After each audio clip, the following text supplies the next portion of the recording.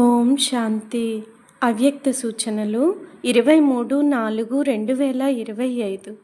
Combined రూపపు స్మృతి ద్వారా సదా విజయీగా అవ్వండి.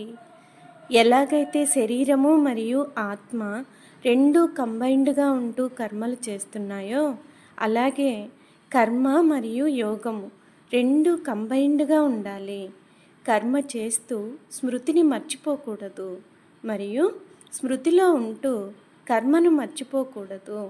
ఎందుకంటే మీ టైటిల్ కర్మయోగి. కర్మలు చేస్తూ స్మృతిలో ఉండేవారు సదా అతీతంగా మరియు ప్రియంగా ఉంటారు, తేలికగా ఉంటారు. నాలెడ్జ్ఫుల్తో పాటు శక్తిశాలి స్థితిలో ఉండండి. నాలెడ్జ్ఫుల్ మరియు పవర్ఫుల్ ఈ రెండు స్థితులు కంబైన్డ్గా ఉండాలి. అప్పుడు స్థాపనా కార్యం తీవ్రగతితో జరుగుతుంది. ఓం శాంతి.